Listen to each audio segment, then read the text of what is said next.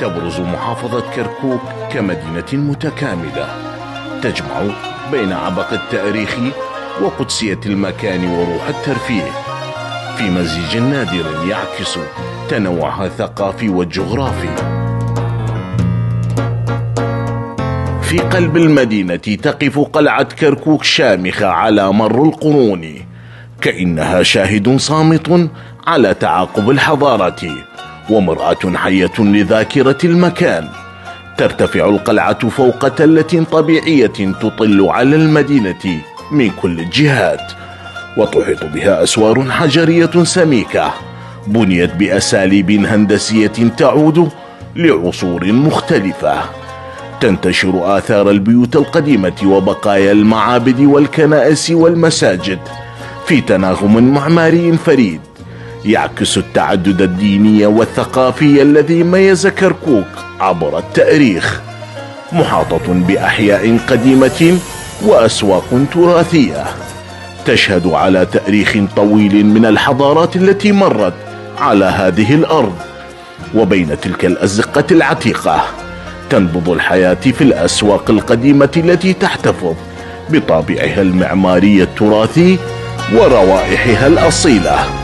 هناك تنتشر المحال الصغيرة التي توارثها الحرفيون جيلا بعد جيل.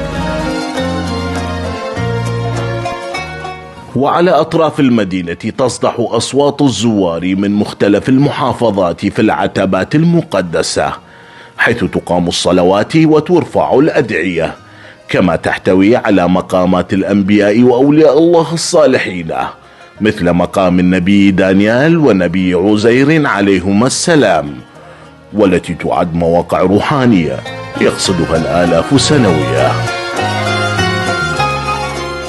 أما لمحبي الطبيعة والاستجمام فتوفر المحافظة عدة خيارات خلابة، منها منتجع ألتون كوبري السياحي الواقع على ضفاف نهر الزاب، حيث تنتشر الاستراحات والمطاعم والمسطحات الخضراء.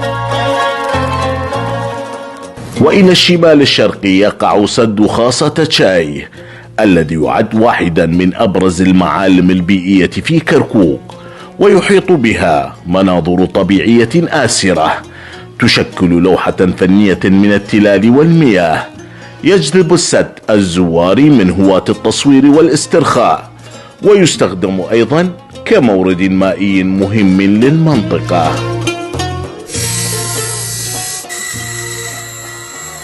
كركوك ليست مجرد مدينة، بل تجربة كاملة لكل من يبحث عن الهدوء الروحي، الترفيه العائلي أو التعمق في جذور التاريخ. هي دعوة مفتوحة لاكتشاف عراق آخر، عراق الجمال والسلام. إذاعة وزارة الداخلية، نبأ الصباح.